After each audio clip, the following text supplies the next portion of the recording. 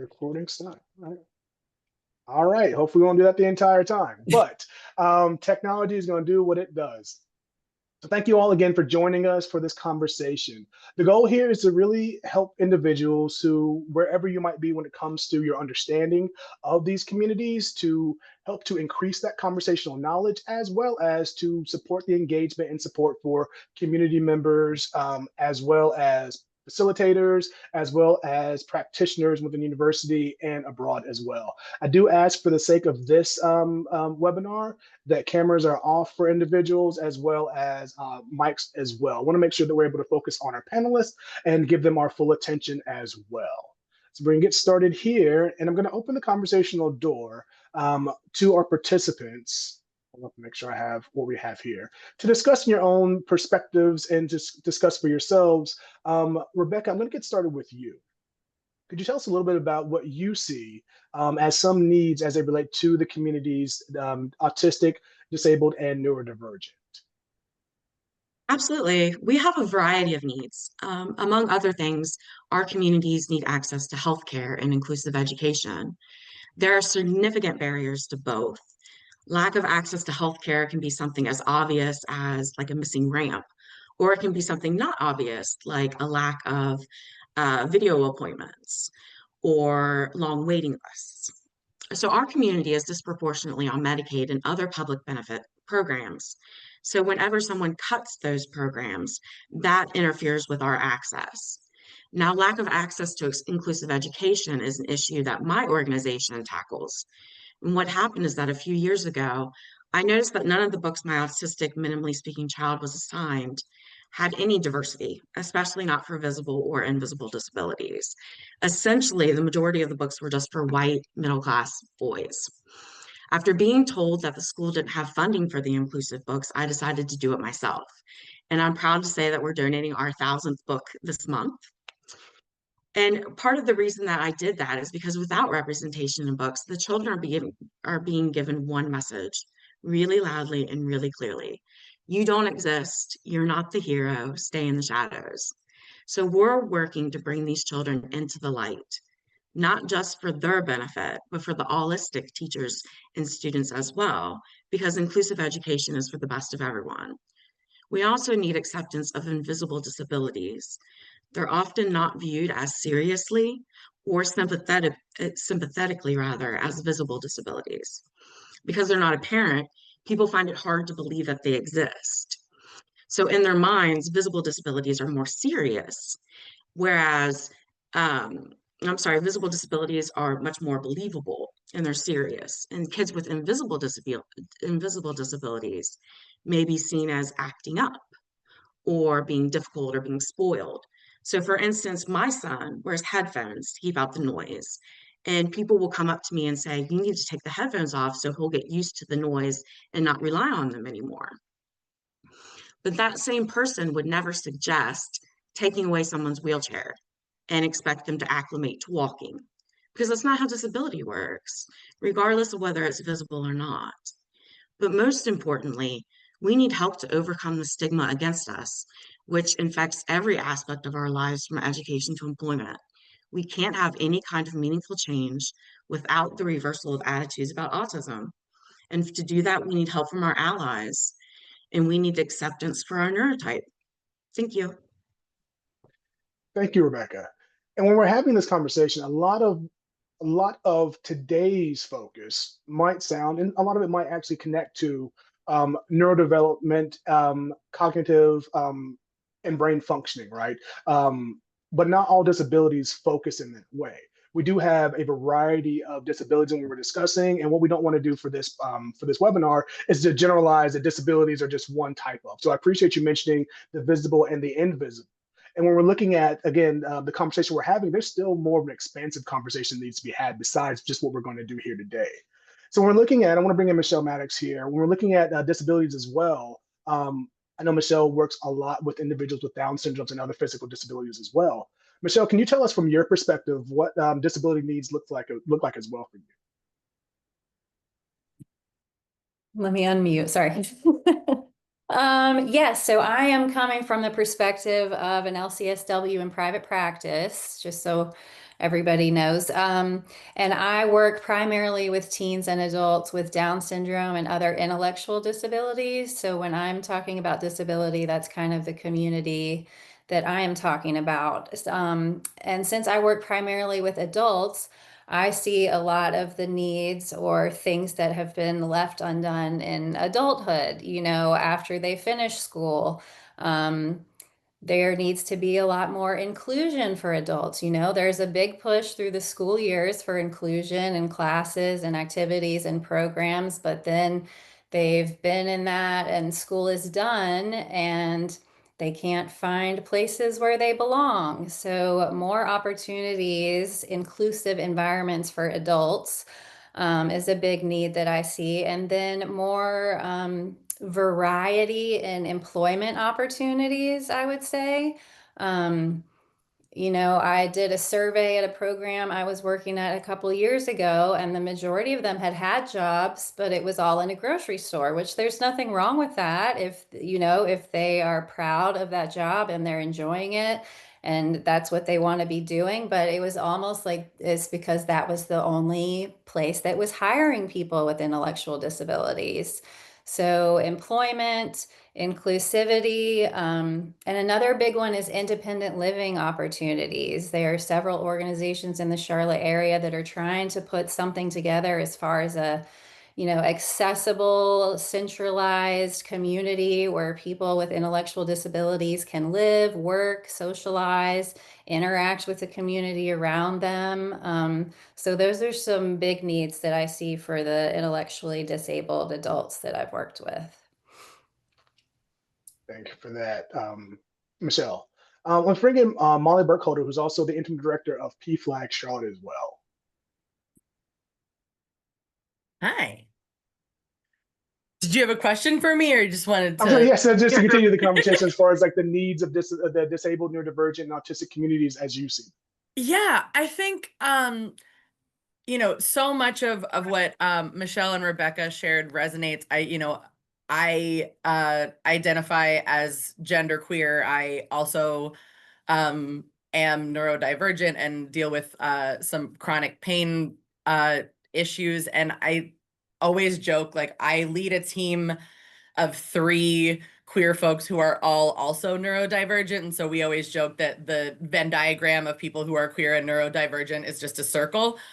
And so there's so many things that I think, apply to the queer community that are also, tenets of disability justice. And I think, especially to what Rebecca was saying about, reducing stigma is such a big part of how we make inclusion happen, and making sure that, we're talking about disability justice and queer justice, and not just, inclusion for the sake of meeting diversity quotas, and making sure that, the spaces that we're creating are inclusive of everybody. Something that I have seen more and more of over the past couple of years at events that are organized by queer nonprofits and other community groups is like sensory spaces to give folks who are neurodivergent a space that is,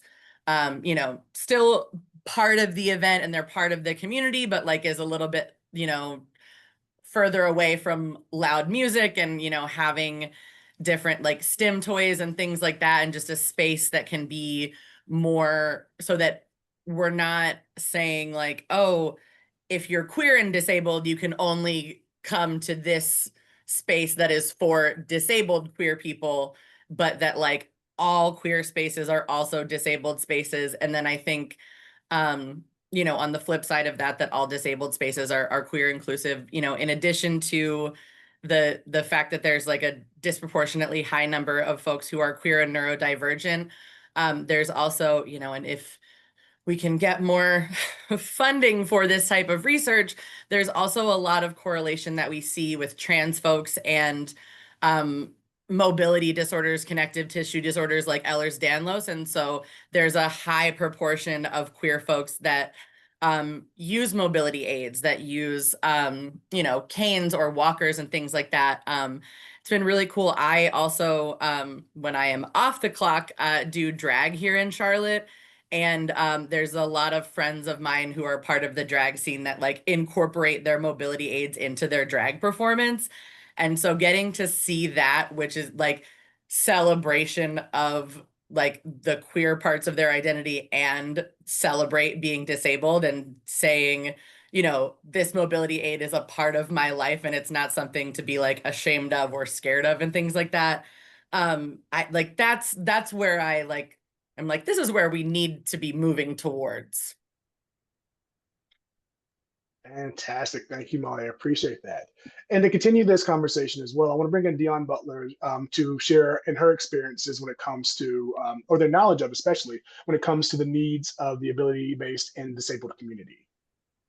Hi, well, hi everyone. So it's interesting to me because I'm stepping out of the role that I typically do around health equity and stepping into talking about this from my lived experience. So I am someone who is on the autism spectrum, but got a late diagnosis in my 40s.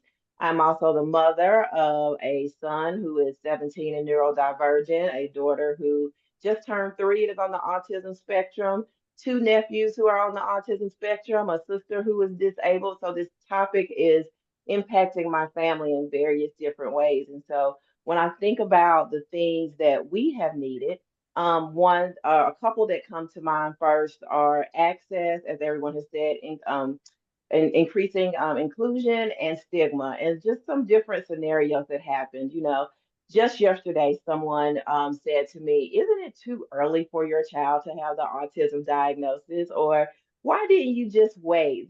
She'll start talking soon." Or, "Oh, she's just when she's flapping her hands or spinning in circles, she's just an excited child." And there's this stigma and misinformation that especially runs through Black communities and Brown communities around what it means to have a diagnosis. Does that mean that your child is going to be labeled? So again, like some of the comments, you know, they're going to label your child. They're going to put them in this classroom. And to me, right now, where I'm at is having people to have more understanding and going through this journey for me and for my kids has been about getting them the resources they need to be able to thrive.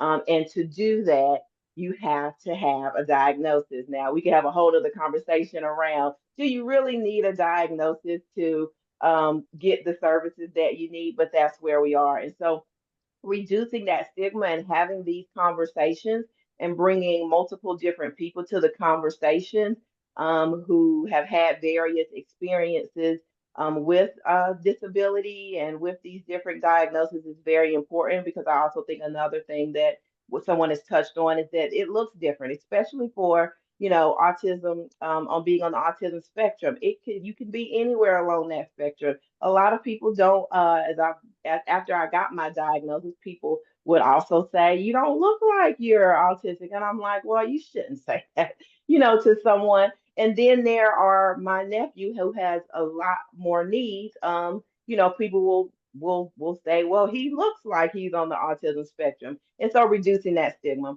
The second thing that has really been hitting my family hard is access. And so access to services right now, and access whether or not you have insurance, and not making assumptions for people. So people we'll assume if you have insurance and the services that people need are covered, or they're going to have access to it. And I can speak to that is not always the case. As someone who is self-employed and has always has insurance and has insurance on the marketplace, my daughter's speech and occupational therapy is not covered, and so it becomes, for anyone who has these type of diagnoses, very cost prohibitive to get the services that you need. My nephew's services, his have insurance, it was covered, but the covered amount ran out, and so now paying out of pocket. And then also going to a pediatrician who thought that, I guess, we looked like we could afford it, and so didn't tell me about resources in the community that we could have been getting. And so just really thinking about access to the services for this community, making sure people are educated on what those resources are, and then reducing the stigma around these different diagnoses or disability has become very important to me. Thank you, Dion. And Livy, I'll bring it to you to kind of round this conversation of your perspective of the needs as it relates to the communities. Thank you. I've had a disability since I was 9 years old. I have ADHD, auditory processing disorder, and I have an autoimmune disease called Crohn's. So that's an inflammatory disease, and it causes chronic pain and fatigue and various other symptoms. So I have a lot of experience navigating trying to get, accessibility for school. And I'm very interested in advocacy within the disability community for access, awareness, and mental health, because that's something I think often goes sort of like there's not a lot of attention that's put on it. We're very much a medical model of disability where we focus so heavily on the physical aspects that we forget about the mental aspects and how difficult it can be for people to go through these things and be in a body that's constantly fighting you. I mean, I don't know exactly what to say. I've struggled a bit with getting certain accommodations in the past. And so that's definitely something I can talk about more if you prompt me about. But yeah. Oh, and I will. So here's the fun part about being in this space is that we're able to engage and hear a lot of differences, and we're kind of breaking down some of the nuances, right? Because the conversation we just had, there's connections between age, the differences in ability. We see the intersectional components. And again, I'm a social worker. There's some social workers in the house here. And if you're watching us on YouTube, by the time you do, maybe you're a social worker or not. But we do have, within the practice, we have responsibility to engage in conversations related to social justice and political advocacy, as well as the work that we do within our fields. So to the point you're making here, Libby, when you're looking at access points and some of the issues, we hear some conversations of needs, but we also know that currently there's a lot of social political conversations as they relate to the communities involved and above, as well as some impacts as of right now. We're in the 36th day, I believe, the longest federal shutdown of the government in history, which does impact individuals' access to resources, that impacts their access to the needs that we've identified here, the funding points as well. So when we're looking at the needs of the communities, Libby, can you speak to some of the ways that you've seen that you've received support in the past, but also ways that you've seen forms of oppression within the community or within your experiences of yourself as well? Yeah, absolutely. I think in the past I've received support from particular teachers. It's never been like across the board where it's very consistent. I've always found that certain teachers were always better about being accommodating and supportive, not just like academically, but also emotionally. Um, I feel like there's a lot of physical barriers still to academics in certain aspects as well. I'm more mobile, like I don't have too many mobility issues, so I'm not probably the best person to speak on that, but I have noticed that like around campus in particular, there's not a lot of handicap parking that's very accessible, or there's a big old handicap parking lot at the bottom of like 2 flights of stairs essentially. And it makes it very difficult to kind of navigate getting to classes without, by the time you get there, being in excruciating pain. And I think a lot of the times I've also found some difficulty in just sort of feeling heard. And something that a lot of people with disabilities feel is that they're a burden. there's like this perpetuation of this narrative that we're a burden on the system, we're a burden on the people around us, we're a burden on our teachers, on our academic, administrators. And I felt like that many times throughout my life, going back, to middle school even. And so I think it's important to really stress to people who have these disabilities like my own that we're not a burden, that we have a place here and that you're there to support us in a way that doesn't make us feel so bad, I guess. I don't know if I can explain that any better. No, I think that was perfect. I think that was perfect. Thank you for sharing that, Libby. Rebecca, could you share from yourself as well ways that you've seen supports given? You spoke of some of the access points that your son has and some considerations there, as well as some potential oppression that you've seen within the community or that you've experienced as well. Sure. I think and going back to stigma, because I think it all goes back to stigma. There's this idea that autism is a disease and that it needs to be cured, that there's something wrong with us, that we're broken. So instead of being a neurotype, there's something wrong with us. And just that idea is very, very dangerous. The logical continuation of that thought is that if you can find what causes it, you can stop it from happening. So they can cure us, meaning they want us to stop existing. And I'm not going to mince words when I say this. This is dangerous eugenics.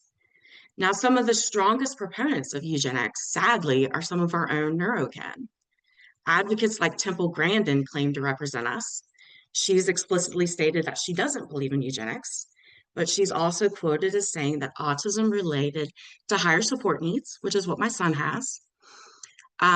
She's saying that they should be suppressed genetically while allowing what she calls milder forms of autism to survive. Now, she fails to see the slippery slope, which is who decides where that line is. What is acceptable and what is an unacceptable trait? Which one of us have the good autism and who has the bad autism? Worse yet, what happens to us if we're born with the bad autism? And it also goes along with this idea that vaccines cause autism. So if that were true, not only is autism this terrible thing that ruins your family, but guess what? You did it to yourself. It's your fault because you vaccinated your children.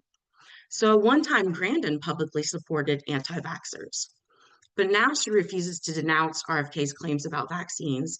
She'll only answer no comment, and she threatens to end interviews if it's brought up. Yet, she's a well-respected expert in the field, and coincidentally will be giving a speech here in Charlotte next weekend. My point is that not all stigma comes from outside of our community. Sometimes the wolves are already inside the doors, and we have to fight against that as well. Thank you. Very well said. Very well said. I'll open the panel, open up to the rest of the panel as well if they have any thoughts here when it comes to any supports or points of oppression you've seen in society, because we're also going to take this to a conversation as it relates to current policies and their impact to and within the communities as well. So, Deonati, you are unmiked. I'm going to let you go ahead in here as well. Yeah, so when I think about, a point of oppression, we have an issue with performative inclusion. With this identity and every other marginalized identity. We love to have an awareness month. I love awareness month. I got a public health background and was a health educator. But when it stops at, I'm just going to recognize this identity during this month, but I'm never going to do the things to structurally change what someone's experience is, then we'll never get to the point to where people feel like they belong. Great work example was working with a state in the Northeast that decided to, for their Medicaid population, finally ask the question, do you have a disability? And then they went, a step further, do you need an accommodation? But they stopped there. And so they were able to check the compliance box. Well, we asked people if they had a disability and we asked them if they needed accommodation, but they didn't go any further. So what does it mean if you know that I need wider doors for my wheelchair, but you never build the wider doors? Like, what does it mean? No, what does it mean for you to know that I have need larger print writing, but when I walk into the clinic, there's no large print forms. And so I would love to see us with disability, with every other marginalized identity, move away from the performative. My tagline is with push organizations past the performative and really start pushing them to make structural changes that are going to finally make people feel like they belong. Very well said. Very well said. Molly, come on in. Yeah, I mean, I just +1 to everything Dan just said. I think, you know, for queer folks, in my work, so I'm currently our interim executive director. My previous position at PFLAG was I did our educational programs, and a lot of that was going into corporate spaces to talk about how to make your workplace more inclusive for the LGBTQ community. And when I could get away with it, would talk more about intersectionality and other identities. But something that happens without fail every year is, you know, May rolls around and everybody wants to work with us in June during Pride Month, or everybody wants a photo op with us at the Charlotte Pride Festival. But then when we need support the other, you know, 10, 11 months out of the year, all of a sudden everybody has lost my number, you know? And so like, there's very much an issue around, you know, performative activism and inclusion in terms of corporate spaces, which is not a surprise to anybody. And I think one of the things that we have seen and been working a lot on, and this is also, again, connected to the number of queer folks who are part of the neurodivergent community and also have different types of disabilities, is, you know, our access to healthcare is being actively taken away from us, you know, and that's to not even get into the mess of what getting gender affirming care covered by insurance looks like, you know, even though, you know, if you're a cisgender woman and you want to take estrogen, there's no issue. If you are, you know, a cis man who gets hair plugs, that's gender affirming care, but nobody wants to bat an eyelash at that. But that issue, but then even for providers who, you know, have worked with an organization like Charlotte Trans Health and done some professional development and continuing education to become more competent in LGBTQ healthcare, that's all well and good. But if your intake forms still only have 2 gender options, if your, you know, front desk staff is going to misgender someone and look at them and assume their pronouns, then like that's not what real, you know, to what Deanne was saying, that's not belonging, right? That's diversity and inclusion. And like, we really need to work to get to that next step of, yeah, like pushing. I'm with your permission going to steal that, pushing beyond the performative 100%. Yeah, because I think there's just so many, you know, the trans community in particular, we know is being scapegoated right now. But I woke up this morning and was actually excited to read election news for the first time in a while, which feels great that, you know, almost across the board candidates that, you know, made being anti-trans a big part of their platforms lost their races. And so I think we're seeing folks becoming more aware of the fact that, you know, this small part of the population is not the problem, right? It's that these systems are perpetuated when we have someone to blame for problems that's not the people that are causing those problems, who are, you know, folks in power that want to stay there. Fantastic. Livy, I think you I saw you come in for a second, I believe. Yes. I wanted to touch on what Rebecca had said about sort of trying to fix people with disabilities and all of that, because I recently did a paper kind of touching on this subject and I researched into the different models of disability. There's the social model, the medical model, and one of the things with the medical model is that it often tries to view people who have disabilities as somebody who needs to be fixed. And like Rebecca was saying, trying to erase their existence, their identity, while also invalidating their experience and everything that they've had to go through with their disability. The social model kind of gives us a chance to not look at people who have disabilities as needing fixed, but instead the environment around them needs to be fixed. It's our job as society and as a community to say, okay, how can we make this easier for you? How can we change our environment to help you be an active participant of society? And I think another thing that I'm very passionate about, as I mentioned before, is mental health care within, disability access and communities, and sort of like an integrated care model, as you're well aware.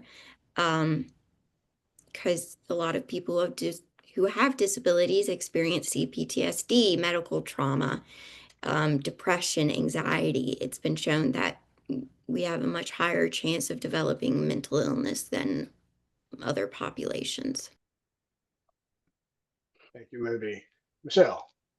That's what I was actually coming in to say. So that will piggyback off that a little bit as far as in the mental health aspect where people with disabilities are not being supported, one end they need to be fixed, but the other end is the diagnostic overshadowing, like, oh, it's just their intellectual disability or it's just the autism. That's why they're behaving or acting in that way.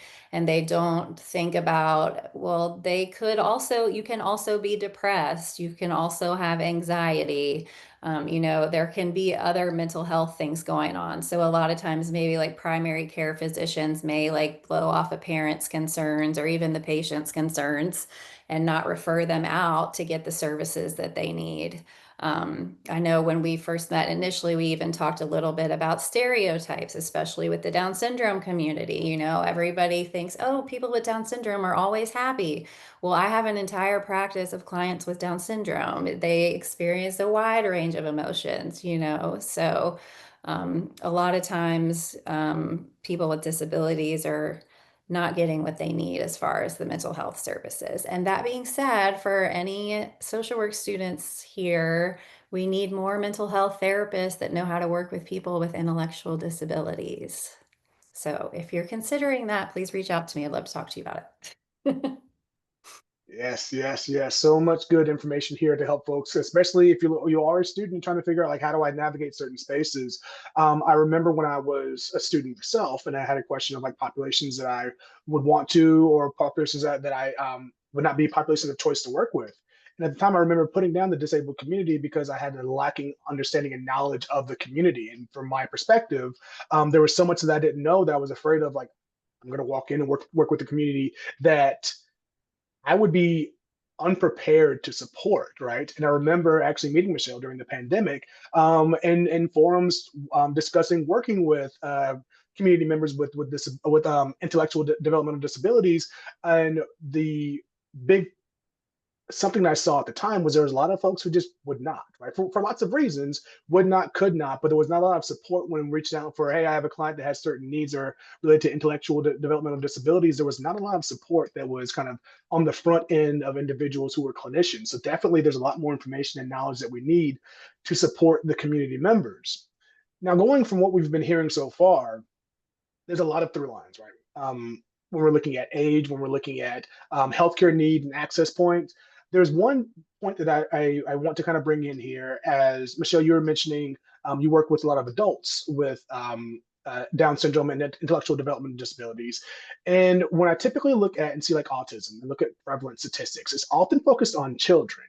But we know children, I mean, hopefully are able to grow up and are still, within a certain level of need. So what are some differences that y'all might see when it comes to, again, I'm going to open this conversation to the floor, working with individuals with developmental disabilities, neurodivergence, autism, the differences that we see as it relates to children and as they relate to being adults?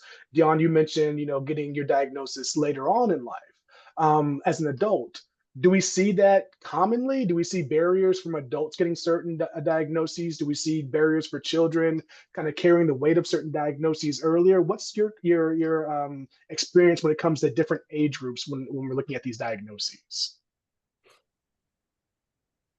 So we'll start with you. Okay, well, I was just gonna kind of add, and this is relevant to the question. I will see a lot of adult clients coming to me with a laundry list of diagnoses that aren't all necessarily appropriate. And maybe they were diagnosed with some kind of psychoses because somebody didn't know that it's a coping skill for most people with Down syndrome to use self-talk. That's how they process their day, So I will see adults a lot of times that have inappropriate diagnoses or are overly medicated because they've just tried to make these behaviors disappear instead of trying to get to the root cause of what's really going on with them. If I could just add really quickly to that, from my own experience, I was given the diagnosis of adjustment disorder when I was 16 years old, and I never was reevaluated, and I still technically have that diagnosis, despite the fact that adjustment disorder is only supposed to last 6 months at most. So there's definitely sort of this practice within the mental health field of just doing like a lazy diagnosis and saying you're just having trouble adjusting to new circumstances instead of digging deeper and seeing, what's really at the root of the problem. Really good point there. Really good point there. Dion. Yeah, so I would just say, in my experience, getting this later diagnosis was hard, and I don't know if everyone else would have that opportunity. Is because of my privilege, because I am financially able to pay out of pocket to get the testing, to find the doctor, and have the time to go through the process. That I was able to get the diagnosis that started making things make sense for me as an adult. And then even for my child who is 2, if I didn't want to wait on a 9-month waiting list, I had to financially pay out of pocket. And so that privilege of being able to do that allowed me to get those things done. Just another thing that we haven't touched on to kind of go along with that question was intersectionality. And so as I think about me as an adult, and one of the accommodations that I need to go in the workplace, but also an experience that I'm having as what they call it, unmasking, as I'm more comfortable now with being my authentic self. But the experiences that I have, because I am also a Black woman who is neurodivergent, and so sometimes I am abrupt with answers. Well, that can also come off as aggressive, and then I get labeled as the angry Black woman. And so I just want us to also never forget, especially as people grow into adults and as they have these identities intersecting, how that experience can be compounded, and then how do we make accommodations for that, or reduce the stigma, become more compassionate and more empathetic, and start understanding where people are coming from. I don't know. Sorry, Oh, go ahead, Libby. sorry for interrupting so much. I just wanted to add to that being so young when I did develop my disability, it really did kind of lead to a personalization of it, where as I got older, it became a defining feature of me within my school and within my class. So that was sort of something that I'm still working on, is saying I'm not defined by my disability. It's not, an aspect of my personality. It's just something I live with. I totally identify with that, Livy. I think that's definitely something that queer folks navigate, and I think for me, like, I have chosen a like personal aesthetic and a line of work where like I am professionally gay.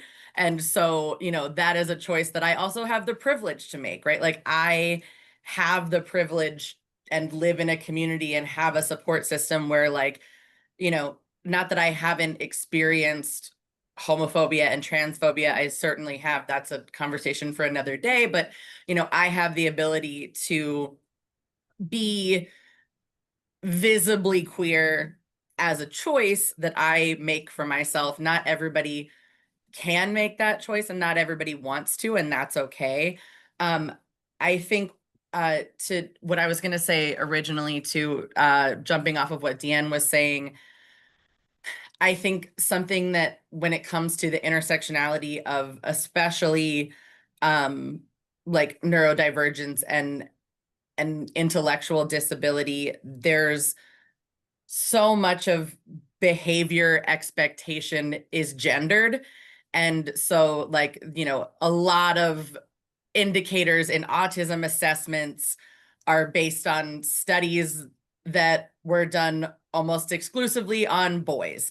And so how autism shows up in girls, or especially in trans girls, like, I can't tell you how many trans women that I know who didn't figure out that they were on the autism spectrum until they came out as trans, because when they were perceived as boys and men, their behavior was just boys being boys, and they're allowed to be, there's a different set of rules. We all know that, right? And so then, like, but then when they started to come out and transition and be perceived as girls and women, then all of a sudden that behavior is not acceptable.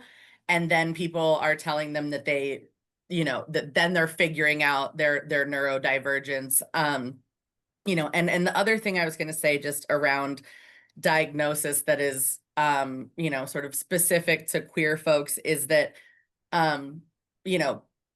queerness itself was a disorder in the DSM until painfully recently, right? And so,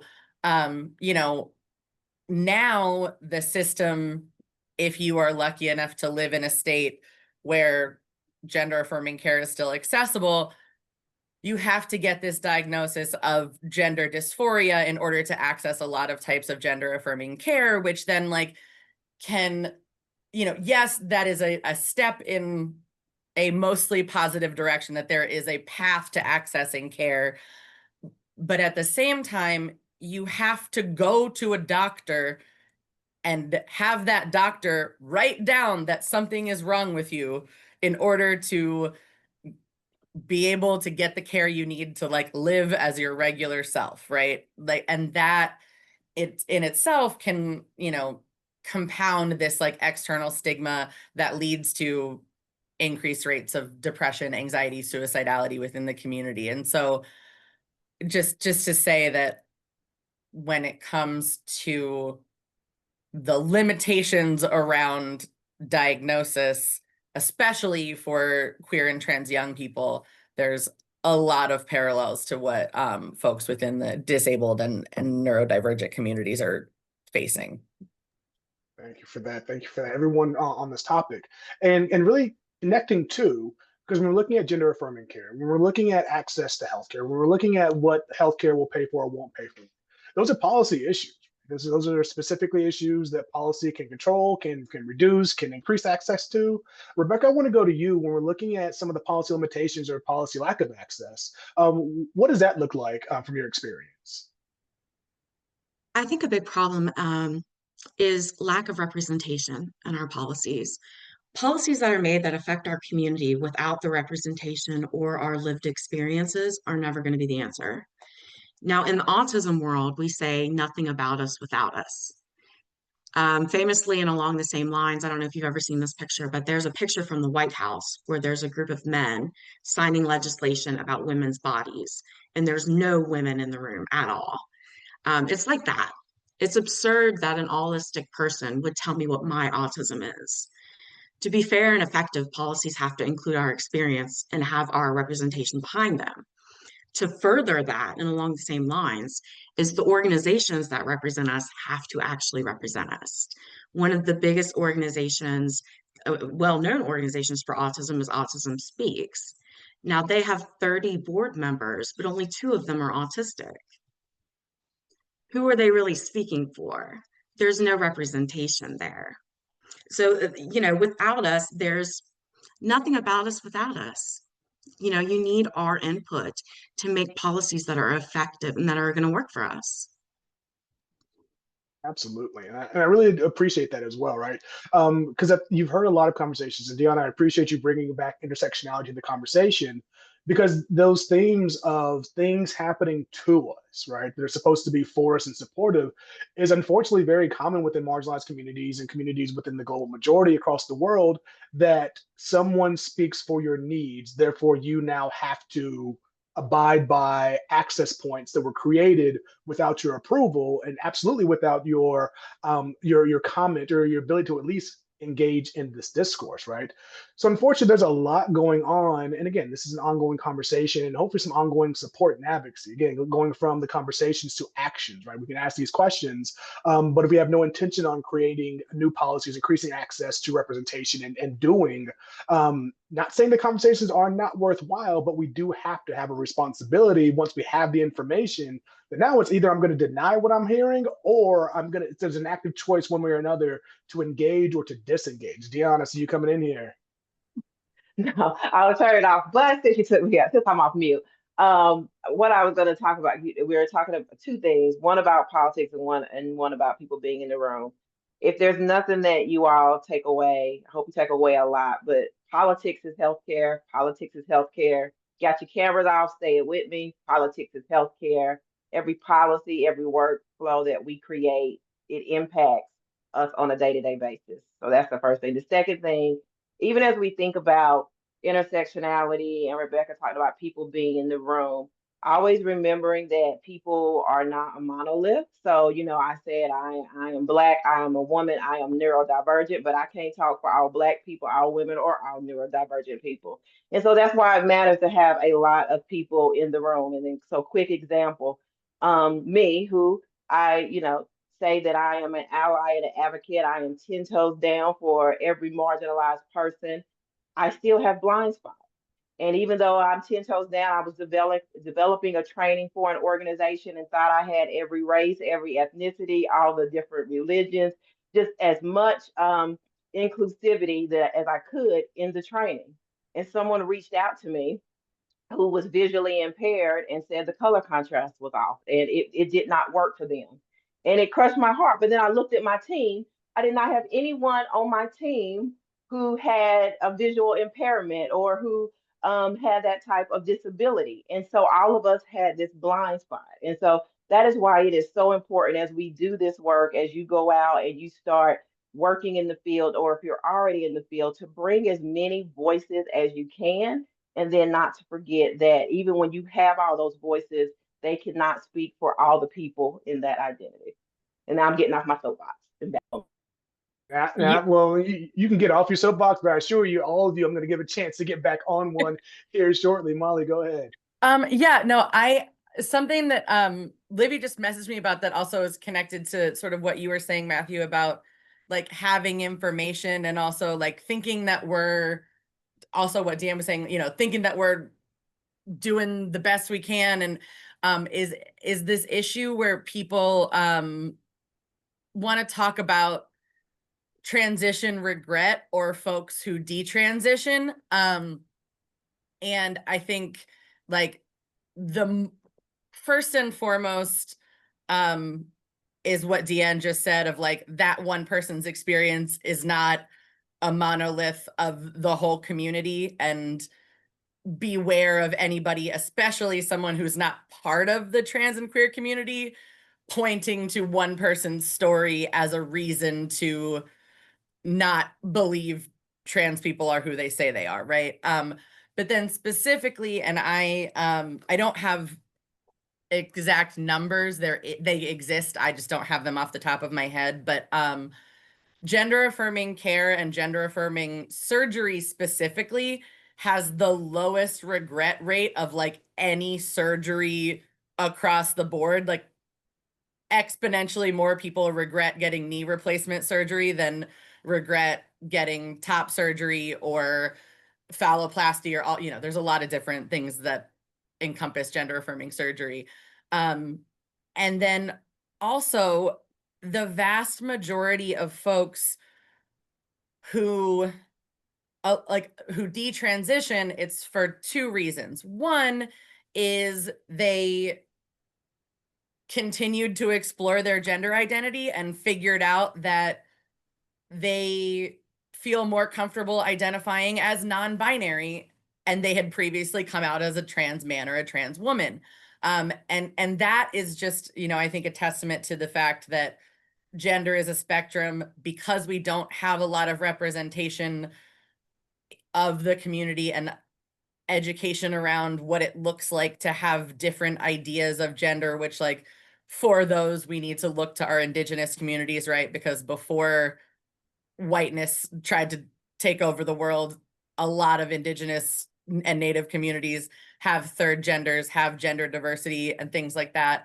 So it's just a matter of people are still figuring themselves out. And so then them deciding that a different label feels more accurate doesn't mean that like they aren't queer or trans. It's just a different understanding. We're all on a journey to understand ourselves better, right?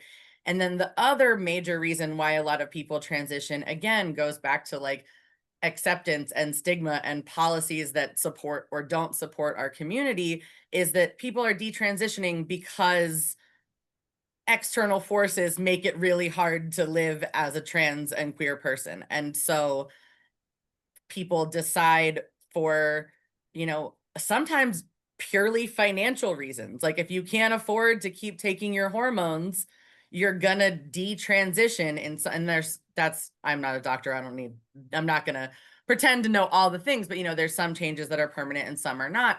But a lot of folks who detransition, it's because they came out wanting to live as their true authentic selves, and society made it really hard, and so they sort of go back in the closet in that way. So I just wanted to bring that forward, and thanks to Livy for reminding me that that's a part of this conversation that especially anti-trans jerks like to bring up a lot. And it is, an important piece of misinformation that we need to combat.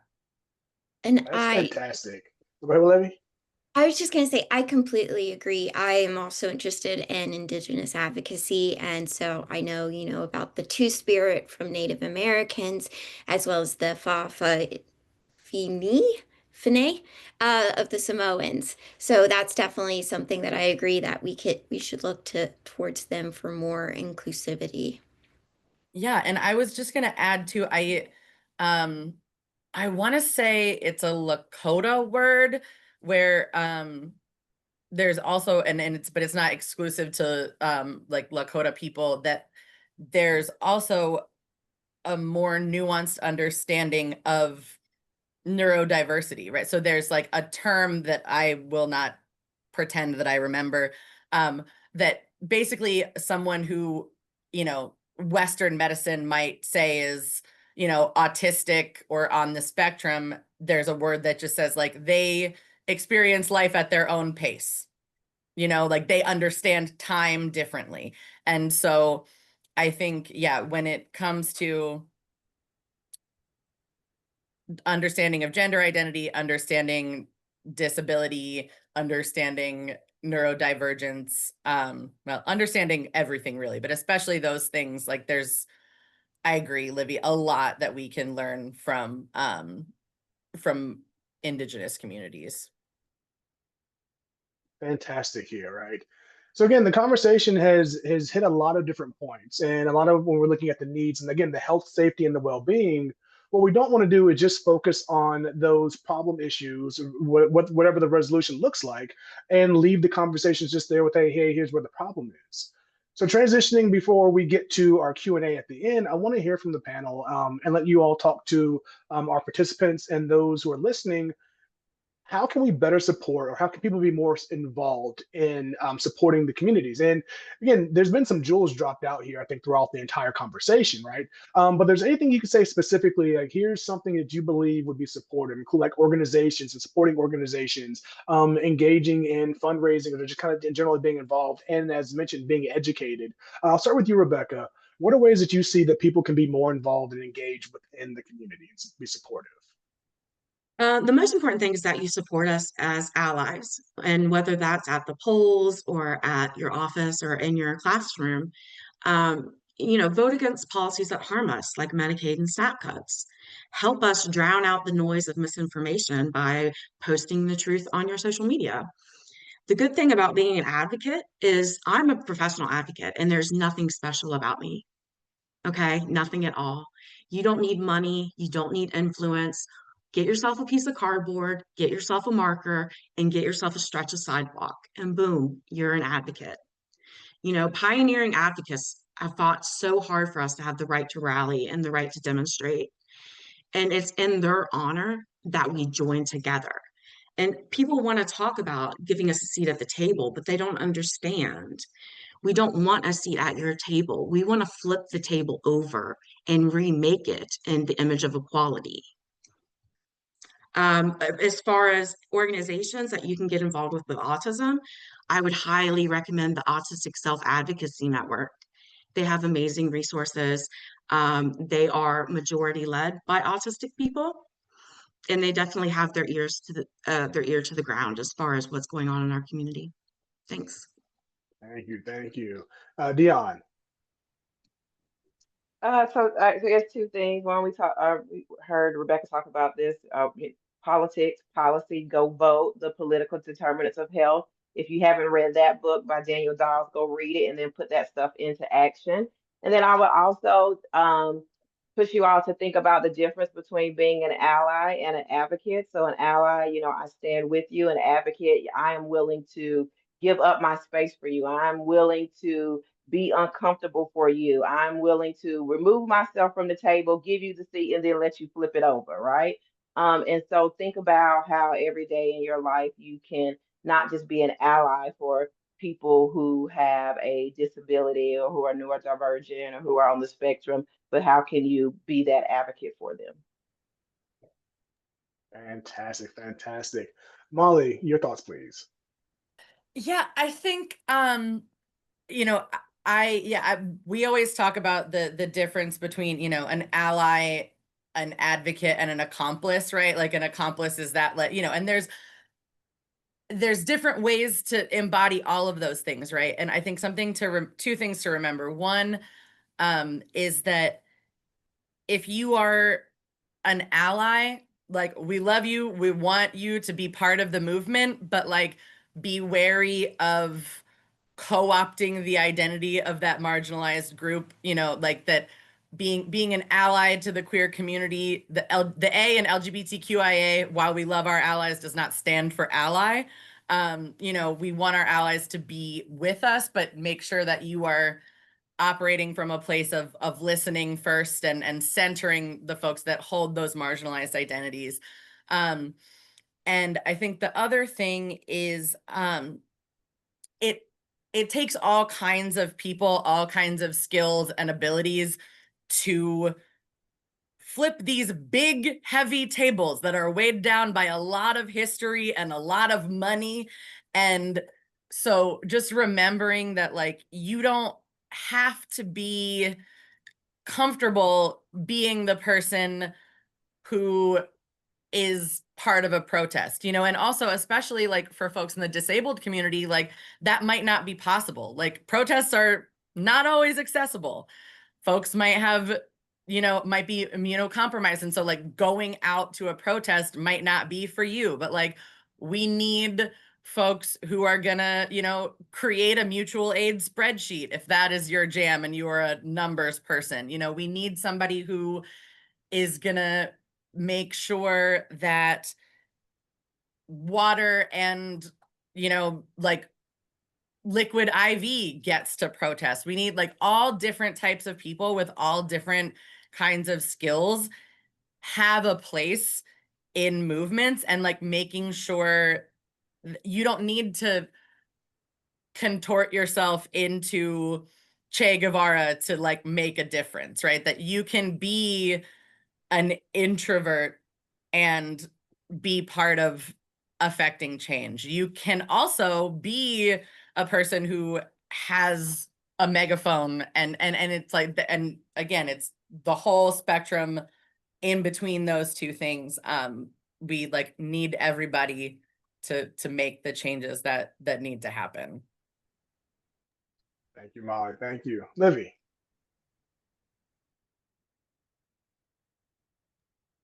Sorry. To add to that, I love that you brought up immunocompromised. I'm also a part of that group. And something I also struggle with is chronic fatigue. And I'd love to be more active, but it's difficult for me to be physically active just because I already have a difficult time balancing, schoolwork, household chores, and being physically disabled. So it's definitely something that I struggle with balancing. And I think a lot of people who are disabled and want to do more for the community also struggle with. And then to sort of go back to what Deanne had said earlier about sort of like not thinking of everything, I think something that I go through life with in terms of a state of mind is just giving grace to people.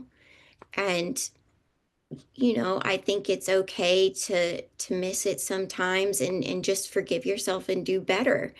I mean, all social workers here know that cultural competency is a foundation of the work. And so I think as long as you're willing to improve, you aren't going to find people who are super angry at you because they can give you grace, they can give you room to improve. And then I think I just like to point out, I recently joined the board of the Advocacy for Change student organization, and I see our Vice President Hadley Duquette here. And so that's something that yes, I would absolutely love to work with some of you in the future, and I'm sure they would too, because we do have a few other people with disabilities on the board. We'd love to do some sort of disability awareness within the organization as well, I'm sure. And yeah, I think, if you're ever interested in doing that, any of you can reach out to me, and anybody who would like to participate in the chat or, attendance, if you're interested in doing some sort of project, that'd also be something that you could reach out to us to do. Fantastic. Of course, I mean, I'll speak as the faculty advisor for Advocacy for Change. Absolutely love the shouts there. Amazing work that they do within the School of Social Work. And rounding this out, Michelle, please feel free to share with us any information that you have or any ways that the individuals who are listening, who are part of this, can be supportive of the communities and the work that you all do as well. Well, first of all, I would just like to say this has been a great conversation. I've learned stuff. I kind of want to meet with you guys separately after all of this, and you've brought up such good points. As far as needs that I see, or how people could get more involved, I just think volunteer with disability organizations. There are a lot of organizations in Charlotte, surround yourself with the disability community.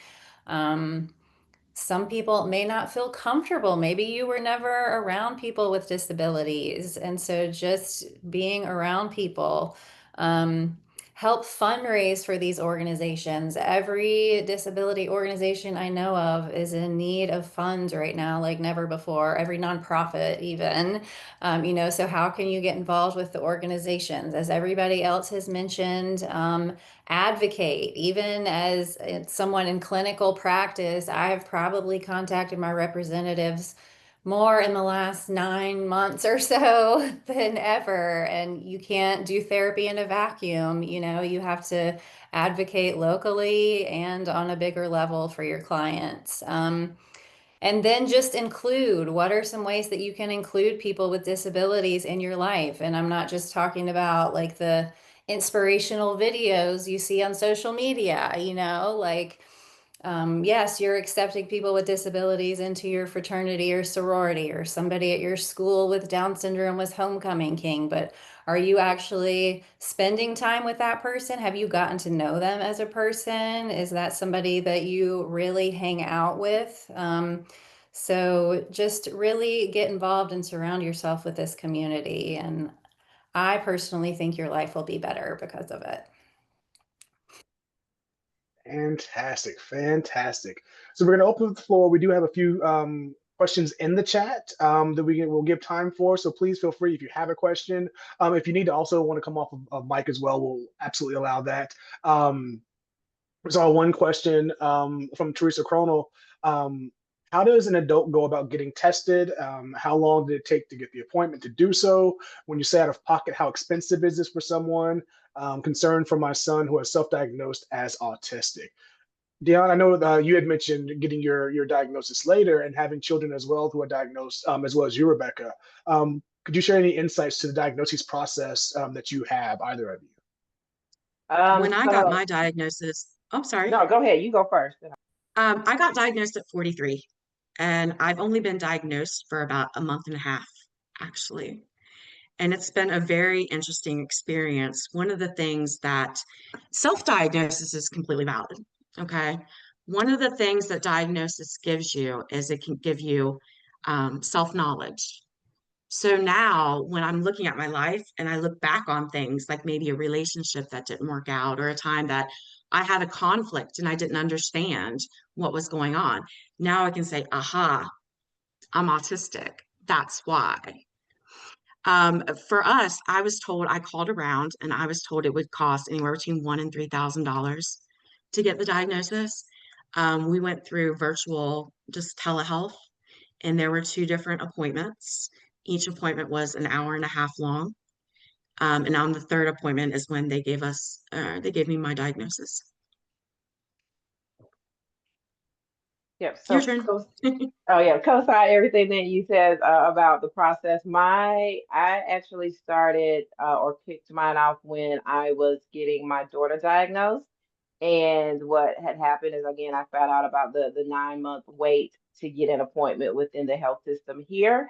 And my pediatrician told me about a developmental pediatrician, and then the developmental pediatrician, as we were just like doing the intake, and I was also thinking about the things that I do in my history, had recommended someone, and it was, again, between that $1,000 to $3,000 range. And that was the same cost that I ended up paying out of pocket for my daughter, so that we did not have to wait. And again, I have my oldest son does not want to get an official diagnosis, and that is fine with me. He has a diagnosis of anxiety, and he's just okay with that. And so I think for each person with your son who is older, they have to come to that decision, or I let him come to that decision himself. So he decided he did not want to get or go through the process to get a diagnosis, and that was fine. Everything that he needs, his accommodations, they are all still valid, and we still ask for them. Yeah. Hope I answered your question, or we answered your question.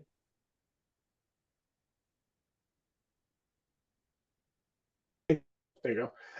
Absolutely. I think those are really good points there when we're looking at the self-diagnosis conversation.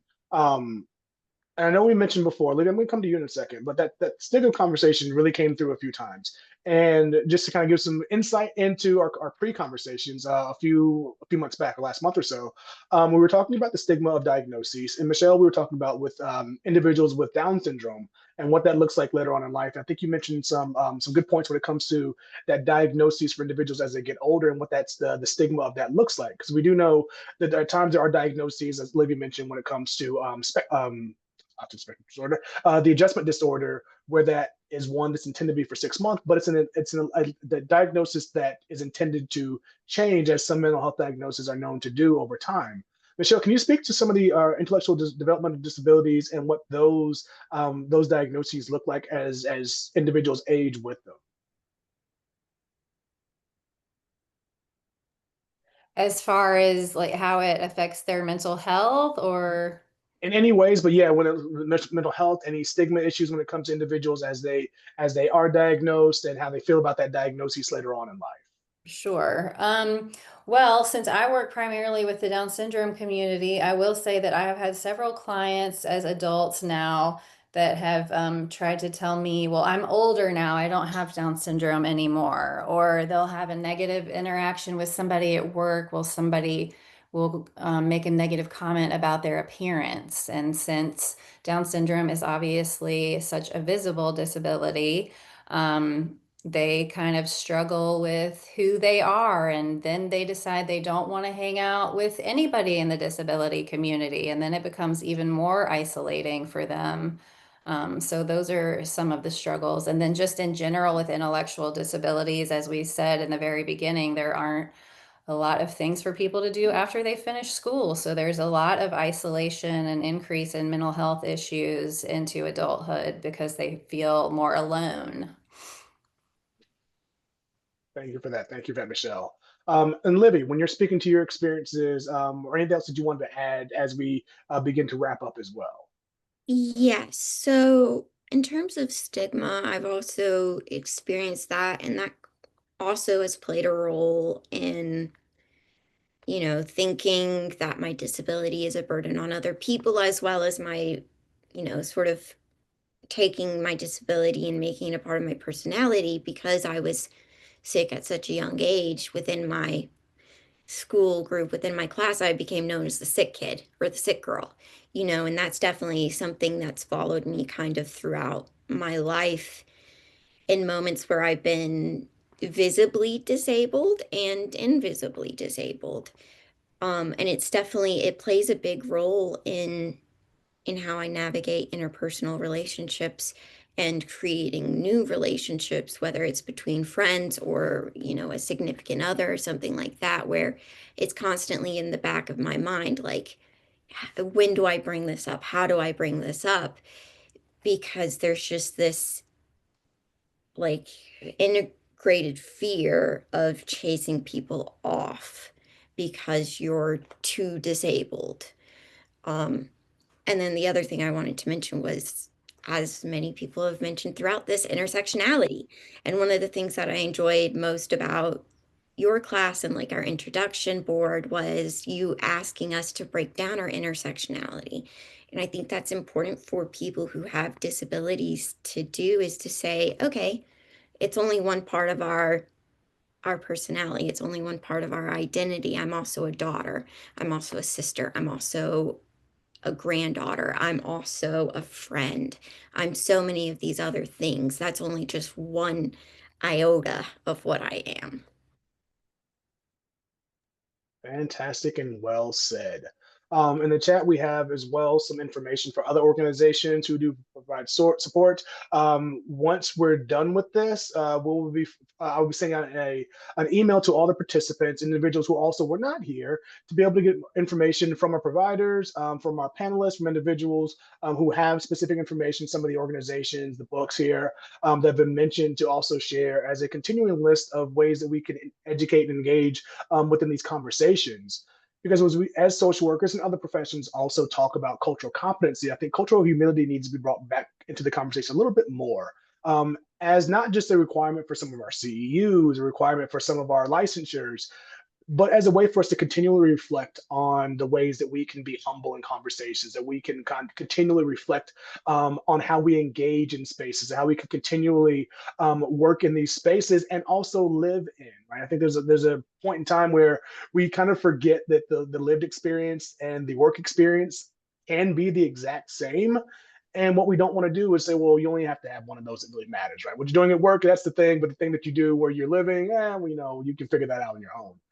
There's a lot of identities here and a lot of ways that we can support each other and know that the differences have differences, and it's one of those mirrors that's continue to goes on, and that's great, right? That's fantastic that we can continually bring so many conversational pieces in and reflect on, hey, who's not here, right? What voice isn't present? And the more that we do that, I think that we have a much better chance of being able to engage and do so authentically without having to bear the weight of what did I miss, right? Because we're gonna miss. but it doesn't mean we can't make up for it and continue moving forward. So this is just one part of those conversations that I hope that we continue to have. Look forward to March during Social Work Month. We're planning on doing some other great events to continue this conversation, to continue the work, bring folks back in, and do what we can to maintain and engage in community. So thank you everyone who has participated here. Thank you to the amazing panel. Thank you to the fantastic folks who were able to join us today. Look out for the email. Feel free to connect with and continue to engage with the Race and Social Equity Academy. And I look forward to seeing you all at our next event. Y'all take care. Thanks so much, everybody.